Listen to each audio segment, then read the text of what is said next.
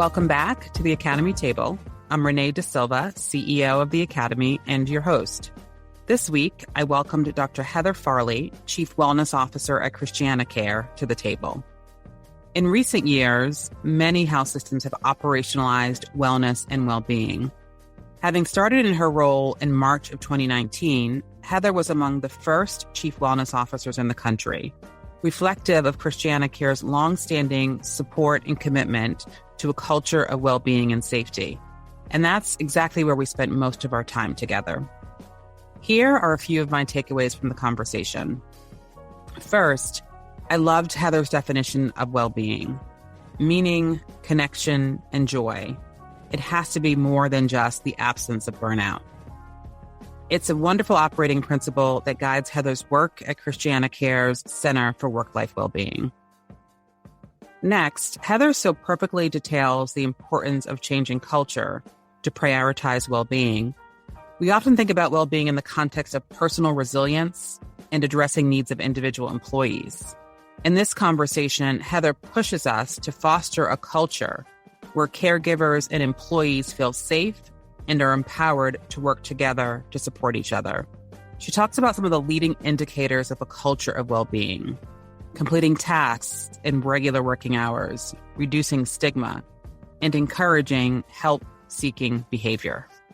And lastly, Heather discussed her work on the Healthcare Workforce Rescue Package, designed as a set of tactical recommendations to support care teams today. My favorite suggestion: get rid of the stupid stuff in our work, remove the low-value tasks, and focus on what matters. It certainly applies to caregivers, but also to any of us leading teams in healthcare and beyond. So with that, let's head to the table.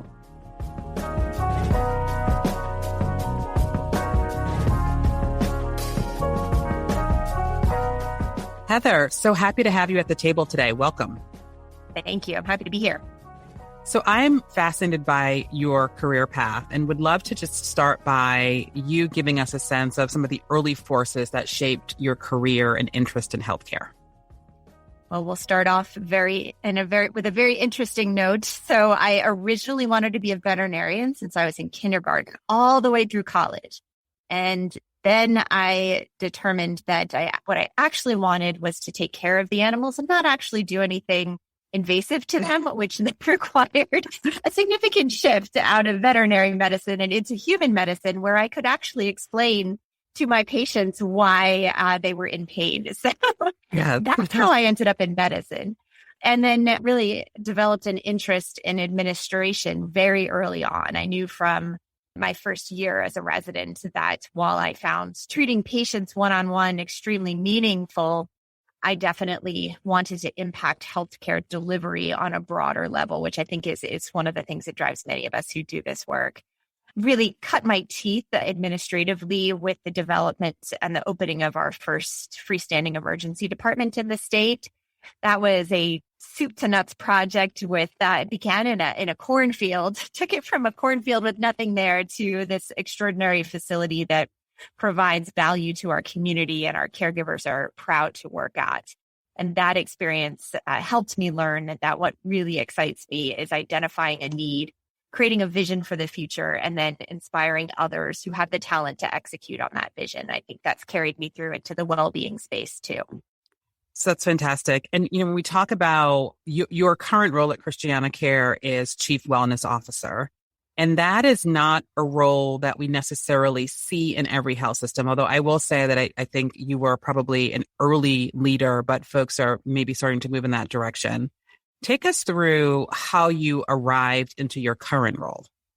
Renee, it actually started on a very personal note. So back almost 10 years ago now, I took care of a patient who had an unexpected death after I discharged her from the emergency department. And that case threw me into a personal and professional tailspin. And at the time, it was a time of shame and blame and silence around when these sorts of adverse events happen. And so it wasn't okay to talk about it with anyone. So I didn't. And it took me a long time to climb back from that cliff and a lot of hard work to rediscover why I went into medicine in the first place and to rediscover that joy and connection and engagement. And when I'm doing that, I started talking to a lot of my colleagues, and I understood that I was not alone, that there were so many other clinicians who had had this experience. And that really drove me to create our Care for the Caregiver peer support program back in 2015, because I really wanted what happened to me to never happen to any of my colleagues. And so in creating that program, I then realized, it's an incredibly impactful program. And I realized there's so much more that we need to do. And that led me to want to do this work on a system level, go back and get my master's in healthcare science delivery from Dartmouth, and simultaneously create our business plan for developing our Center for Work-Life Wellbeing. And that led me into the Chief Wellness Officer role in 2019. And you're right, Renee, it is a relatively new role in health systems, but it's a growing role. And there is actually a network of Chief Wellness Officers that meet on a monthly basis. And I believe Becker's just recently did an article around how Chief Wellness Officers are an emerging role in the C-suite. So my role at ChristianaCare is to lead our Center for Work-Life Wellbeing and the overall well-being strategy to ensure that we create an environment where each one of our 14,000 caregivers can thrive. Heather, I didn't appreciate how you came to the work. And, even when you retell the story now, many years later, you can sort of hear this, like the passion that you have for the work, that it sounds like it's a little bit grounded out of. And I think you frame it as the trauma and almost second victims that care providers can sometimes experience when things like this happen. I can't help but reflect on just the last now almost 3 years of how much the caregivers have had to absorb in all the challenges and death associated with COVID. So I know the work, you've been at it for 10 years, but it feels like probably never a more needed competency and space to create at health systems. That's absolutely right. I think that's one of the silver linings of the pandemic has been that we've shown a light on the importance of investing in the well-being of our caregivers. And it's hope inspiring to see that more systems are creating programs like what we've created at ChristianaCare. And so let's unpack that a bit, and maybe just starting with some nomenclature. How do you define well-being?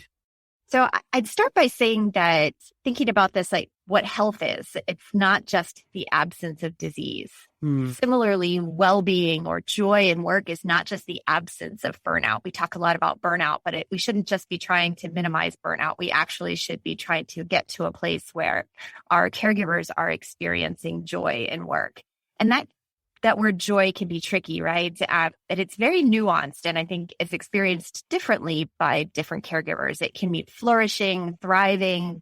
From a work well-being perspective, it can mean experiencing a sense of professional fulfillment, feeling like what you do is meaningful and that you make a difference in others' lives.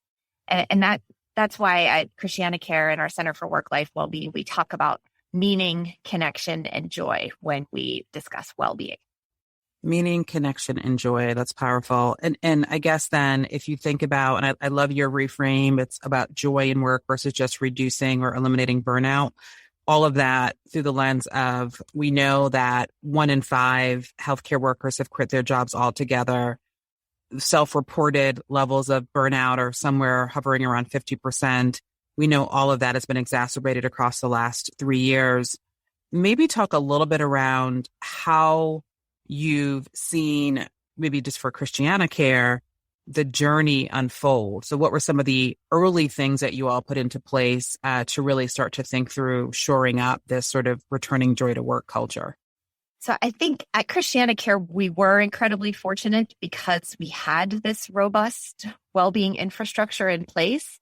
And I know that so many other health systems, we all struggled, but so many other health systems struggled because they had not made that investment yet. And trying to stand that up in the middle of a pandemic was really challenging. You mentioned the numbers around turnover, particularly in light of the last 2 years. And those of us who have been doing this work for a while are not surprised. But we've been sounding that alarm long before the pandemic hit. We knew that the rates of physical, psychological, and moral distress that our caregivers were facing before COVID were already unsustainable. And the toll that COVID has taken on our workforce has truly been devastating.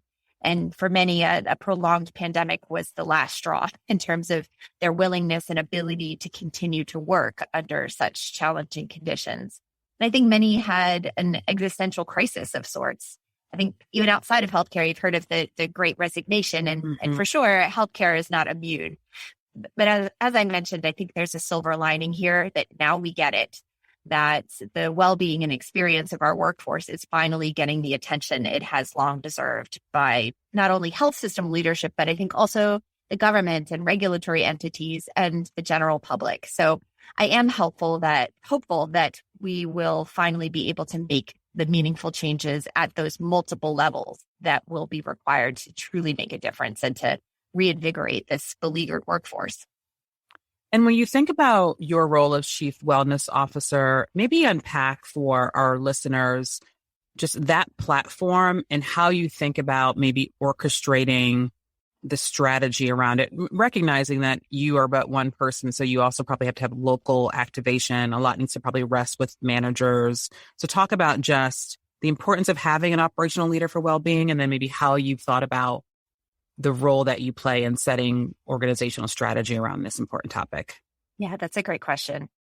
So I think there's an analogy to the quality and safety movement here. So that quality and safety used to be something that chairs kind of did on the side, right? And now we have multiple full-time roles in most organizations to lead the quality and safety effort. And the well-being field is similarly exploding and is sort of at that inflection point and really requires and deserves someone dedicated to this work, someone who can interface with others in the field outside of your organization to keep abreast of best practices, but then also collaborate with other executive leaders within the health system to develop and execute on the workforce well-being strategy. If we don't do that, and people are doing this on the side, what we end up with is sort of flavor of the month of wellness. And unfortunately, I think a disproportionate emphasis on initiatives around personal resilience. Like I'm all for meditation and mindfulness and, sleep hygiene, but the more impactful efforts from a system level are focused on actually changing the environment in which our caregivers work. And that really does require someone whose sole focus is attending to this and serving on that system level role. Yeah, I think that's that I hear that a ton in the conversation that we have with our members around the importance of not just expecting the person to adjust to the environment and just be tougher or be able to handle more, but really beginning to the undergirding of the cultural tenets of the organization, which I know Christiana has historically been very strong there. But maybe talk a little bit around if you were advising someone on how to create a framework that's anchored on an organizational culture of well-being, what constitutes that type of culture, and where do people begin on the journey? So I'm going to take that, I think, in two pieces, but you spoke about a culture of well-being. So really, what does that mean? And in my opinion, this culture of well-being is really the most important and impactful area for organizations to focus on. So as a health system that has a culture of well-being creates an environment in which its caregivers feel safe, both physically, so free from workplace violence, but also enjoys psychological safety. It also means that caregivers feel connected with one another. There's a sense of camaraderie and teamwork, working together towards a common goal that's larger than oneself. It's also a place where equity and inclusion are at the forefront and where caregivers feel like what they do, the time that they put in, is meaningful. They have a sense of purpose. And I think finally, it's also a place where caregivers are empowered, where they feel like they have a voice and where they have a sense of choice and autonomy. And so how do you create that? I think I'll share with you a little bit about how we've created that at ChristianaCare and our Center for Work-Life Wellbeing and the operational framework that enables us to do this work. So I'll touch on that just very briefly. So our mission in the center, going back to your first question to me, is to foster work-life meaning, connection, and joy.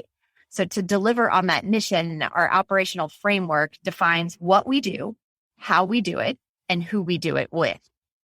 In terms of the what we do, we focus on bolstering three main contributors to work-life well-being. There is that component of personal well-being, but then there's a huge emphasis on culture of well-being, and also, and finally, efficiency of work. Mm. And I think, as you said, and it can't be emphasized enough, that we're not just focused on trying to make our workforce more resilient. And I know you've heard me use this analogy before, but you can't take the canary, teach it to be more resilient, shove it back in the same coal mine and expect it to survive. We actually have to change that coal mine. I love that. So, yeah, that's kind of how we focus on that. And we also focus on those three components by employing three levers. This is the how of our framework. So we do provide direct well-being services like peer support after the adverse event that I experienced, or mental health services.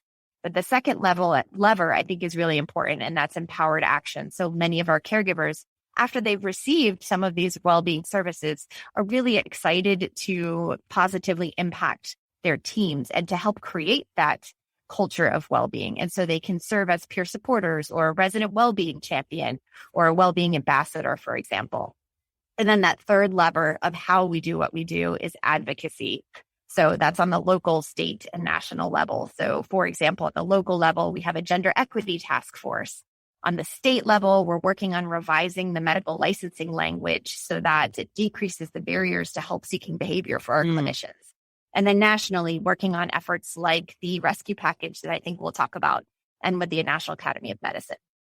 Yeah, let's put the advocacy aside for a second, but I do want to go there. Before we go there, I want to stay a little bit around the ways in which you invest in this framework. And so the notion of psychological safety is such an interesting one. And I have been reading Amy Edmondson's, I think it's her most recent book on the fearless organization that really starts to unpack this. But what resonates with me about what you said is this way of creating the right organizational environment where people feel like they can share the things that are hard, that they can note when they are having challenges. And what I would love for you to comment on would be, so you have to orchestrate that at your level, but the premise of a lot of Amy's work is that psychological safety is also built at the local level. So what are the ways that you ensure that the top line strategies that you're developing that are aiming to really go at this get reinforced by, you said 13,000 caregivers, maybe even more than that? Like, how do you make sure that there's a tops down and a bottoms up? I'm curious about the bottoms up things that you've seen work, given how local some of these things can be experienced. That's a fantastic question. I think you're spot on there. And so it does have to be led and modeled from the top down, but then actually brought to life locally. And so I think one of the most powerful tools that we use is our continuous improvement methodology here. And it's called Making Tomorrow Happen in our organization. And it's designed to empower our frontline caregivers to identify and solve problems. And those can be all sorts of problems. But one of the underlying tenets of Making Tomorrow Happen is that psychological safety piece and that humble inquiry. And so it's really baked into everything we do in our day-to-day work. And I think, so there's a component of there's that expectation that local level leaders and frontline caregivers are working together in that psychologically safe environment to identify and solve problems together. And I think another component of this is measurement. So what are you holding yourself accountable to? And as we know, strong organizations just don't implement programs. We measure how effective they are, and we measure what matters. So, and I think there's another corollary back to the quality and safety movement here. So think about back in the day when we first began after Tierra's Human Report came out. Mm-hmm. What were we measuring then? We were looking at sort of lagging indicators of more like mortality. And it took us a long time to figure out what the appropriate leading indicators to measure were. And now we're all over CLABSI and CAUTI.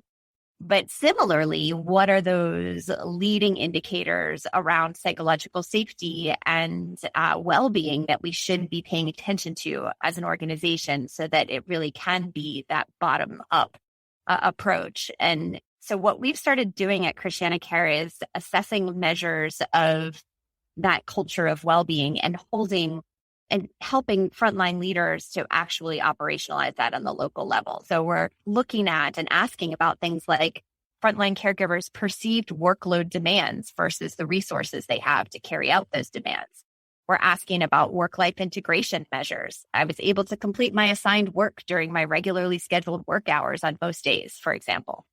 We're measuring things like stigma and help-seeking behavior. So what are the barriers to help-seeking behavior? And a sense of recognition from leadership for work that our caregivers are doing and their sense of feeling that they have sufficient professional development opportunities. So I think it's that measurement component as well as the operational framework that you use to do this work that creates both that top-down and bottom-up approach that you mentioned.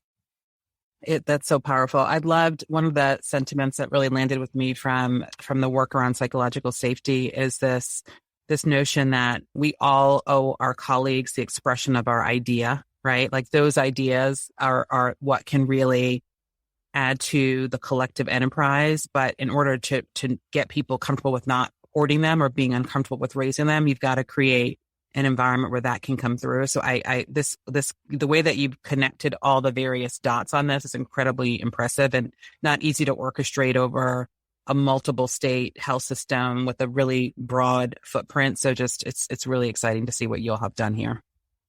We have a lot to learn as an industry on this front. I want to just tie in one piece related to this conversation to get your view on it, which is I did a recent podcast episode with Dr. Tom Lee, who's the Chief Medical Officer at Press Ganey, and he was sharing just some of the data and insights that they've captured on all of this or parts of this, but through the lens of women physician leaders in particular. And so I wonder if you have any thoughts on, I think of equity and inclusion as a lens by which we do all things. And so I wonder, as you're doing this work, do you ever think about how this needs to be curated differently based upon gender or even ethnic diversity? I just would love your thoughts on from the well-being work, the lens of DE&I.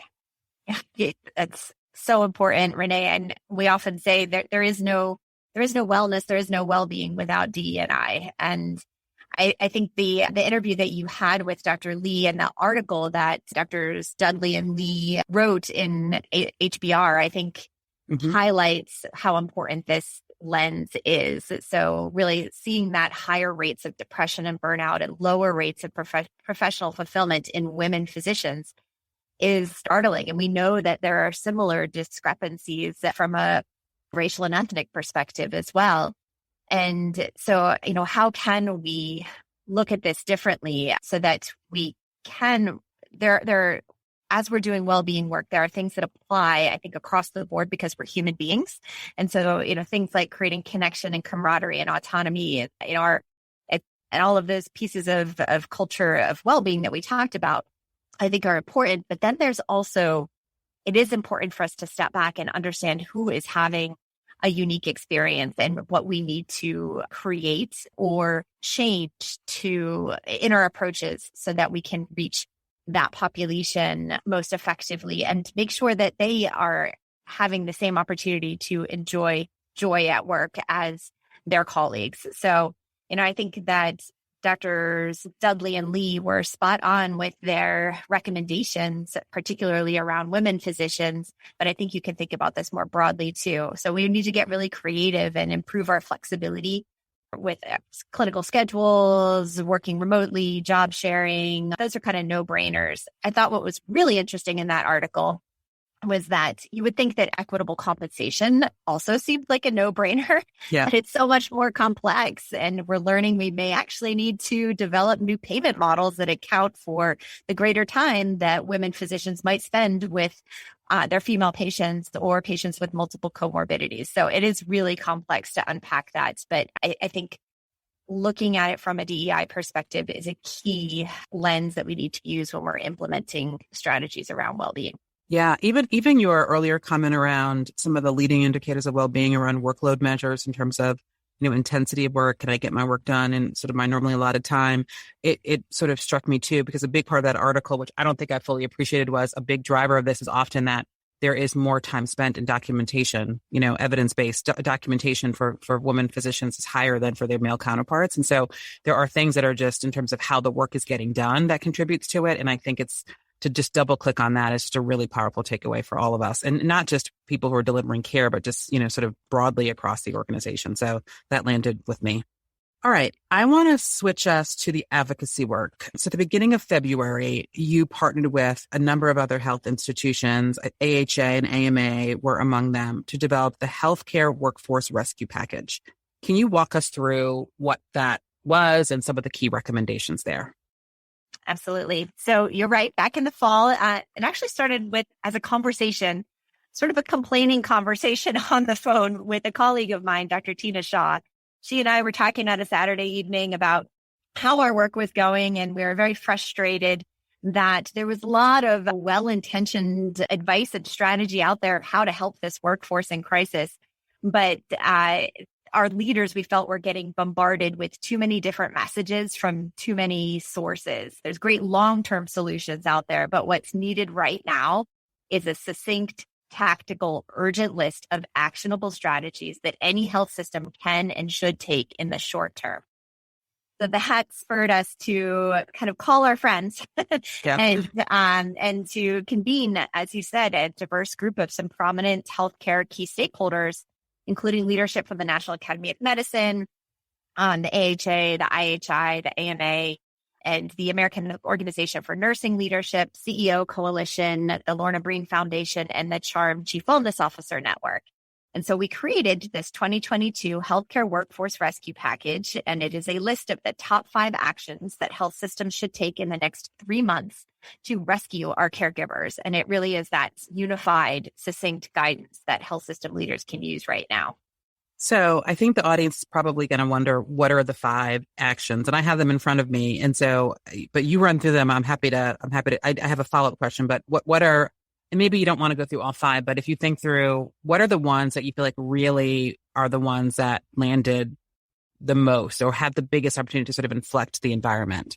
Yeah, I think there are 3 that rise to the top for me. Number 1 on our list is, these are non-normal times, adjust expectations.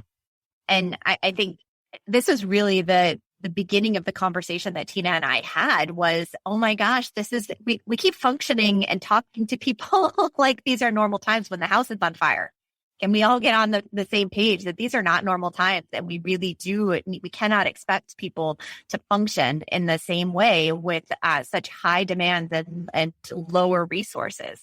So how do we reduce those demands and increase resources for our caregivers and get that balance a little back closer to where it needs to be? So, and that means giving clinicians more flexibility and autonomy, maybe getting creative around partnering with legal, compliance, IT to identify, for example, documentation that could be paused or eliminated, and sort of getting rid of some of the quote unquote stupid stuff. Yeah. Which is our number 2 there, so that our clinicians can just really focus on that critical task of patient care. I love that. The get rid of the stupid stuff is a great takeaway, because all of us, you can do this at the national level, but there's probably things that we all unintentionally do as leaders that create this dynamic for our teams that we can be much more deliberate around. So that's fantastic. And is that, where do you hope to see this sort of body of work continue to go? Are you hoping that it ends up sort of informing policy decisions that are made? What does success look like for you in this rollout or recommendations? Yeah, we're already seeing the rescue package amplified on many different platforms, and we're hoping to really, this is a resource for health systems and an opportunity for frontline caregivers who happen to see this to use it for advocacy within their own systems too. So we're going to continue that amplification effort, but we also created on the All-In website where this is housed, we created an opportunity for organizations to endorse the package. And then we're hoping to also create a mechanism for health systems to pledge that they will actually implement some of these strategies, and create a forum where the interested health systems and leaders can learn from one another and how to implement some of these best practices in each of these 5 areas. I think one of the pieces we'd love to see move is around mental health. And the the number 5 on our list is EAP, or employee assistance programs, is not enough. Like a lot of health systems just like say, oh, we've got EAP, we've checked the box. But EAP is really not enough. We need to do more. And so we're urging implementation of this, what we're calling the foundational 3. So providing quality mental health services from mental health providers who have cultural competence around what it's like to actually be a caregiver, and to work to reduce the barriers to help seeking. The second piece of that is standing up a peer support program. And that was an incredibly effective support strategy for our own organization over the years, but especially during the pandemic, we saw just a tremendous uptick in the utilization of that program. And then finally, offering psychological first aid training for people leaders. It doesn't mean making your leaders counselors or therapists, but it means giving them the tools to recognize distress in their teams, to respond effectively, and get them connected with effective resources. So powerful. Also probably feels like it gives folks the agency and a set of tools so they maybe feel less helpless in the moment when these things are sort of naturally unfolding around them. Exactly. So maybe 2 final questions in our remaining time together. You spend so much of your time supporting your fellow providers and their well-being. My dad used to say, like, if you looked at the cobbler's shoes often needed to be repaired the most because they were spending so much time helping others that they didn't necessarily, sometimes it was hard to take care of themselves. And so I wonder, how do you kind of keep your own well-being front and center in this work? What works for you in terms of unplugging from the work? Because I imagine a lot crosses your desk, right? In some ways, you are seeing the best of these things coming together, but also when these things feel really hard. So what advice might you give, or how do you approach this sort of unplugging and keeping yourself at the center and grounded through this work that's very much heart work as well as head work? Renee, I feel like you just called me out. I didn't mean to. No. I know traditionally or historically, I should say, I was probably one of the worst offenders here. I was, very much, as many of us, I think, are in healthcare and in leadership, just very nose down, getting it done. And interestingly, when I started doing this work and became chief wellness officer, I had a moment of, oh my gosh, I can't approach it like this anymore. I have to figure out how to be effective and take care of myself. Because what happens if your chief wellness officer isn't doing so well? Right. So I had to figure that out. And it's a message that, and a conversation that we have in our team as well, because we can't have our Center for Work-Life Wellbeing team all burnt out. So for me, though, personally, I am incredibly calendar driven. So the solution for me was putting myself on my own calendar. Yeah. So putting date night with my husband, or, my workout, or, coffee with a friend, that's on my calendar. And I protect that just as fiercely as I do, any other important meeting. So that is what has been super helpful to me. I also pay attention to how I spend my time, so that how I'm allocating my time in each area of my life is aligned as best as possible with my personal values. So, physical fitness, my personal relationships, and spending time in nature are super important to me. And I get very cranky when I'm not attending to those aspects of my life. So that's so true. If I can even combine those 3, that's like the holy grail. If I can go on a hiking trip or scuba diving somewhere I've never been with my favorite people in the world and put that on my calendar so I make sure it happens, that's how I stay sane. Yes, I think that's really well said. Constant calibration. I think we're all somewhere in that journey, and important to just keep reminding ourselves that we've got to fill our own cups first. So I have one final question for you. It sort of is connected to that last one, which is so much of where I think all of us draw energy and just sort of get so much out of is just being in conversation with people that motivate us or delight us, or, we just really get energy from in that conversation. So I ask all my guests this, and you can take any creative license that you want, but if you could invite 2 people for a conversation at a table that you curate, who would they be and why? I am going to take some creative license with that. Okay. So it is someone who I've never met, and it's actually 3 people who are the original founders of the Best Friends Animal Shelter in Utah. It's the largest no-kill shelter in the country. And so it's Faith Maloney, Michael Mountain, and Francis Batista. I hope to one day meet them and to tour the facility there. But bringing this all full circle, my plan in my retirement is to open an animal shelter. And get back to those early aspirations of being a vet. That's awesome. And then hire a vet to do the hard stuff and you can just do the cuddles and all the fun stuff. Exactly. I think that's great. Well, Heather, it's always a delight catching up with you. I appreciate you joining us at the table today. Thank you so much, Renee. It's my pleasure. Thanks again for joining me at The Table. The Table is a podcast produced by the Health Management Academy. Make sure you catch future episodes by visiting our website, theacademytable.com, or by subscribing on the podcast platform of your choice. And if you have suggestions for topics or guests, I'd love to hear from you. Please drop me a note at renee@hmacademy.com. I look forward to talking with you soon.